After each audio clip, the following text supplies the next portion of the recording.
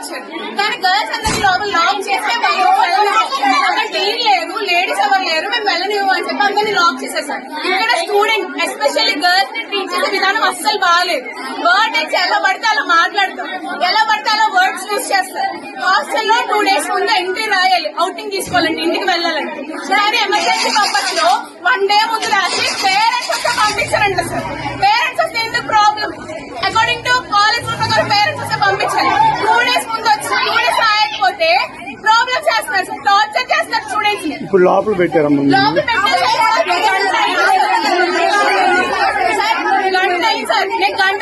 నేను గంట క్రితం లైబ్రరీ నుంచి వచ్చాను, గంట క్రితం లోపలికి వెళ్ళాను. అప్పుడు బాయ్స్ అందరూ వచ్చారు, స్టూడెంట్స్ అందరూ వెళ్తారు కదా. తీరే వచ్చిన ఫ్రెండ్ కి బాగాలేదని చూస్తే అందరు ఇక్కడ అడుగుతున్నారు. మేడం ఏమో ఇంకో మేడం తో ఫోన్ లో మాట్లాడుతున్నారు.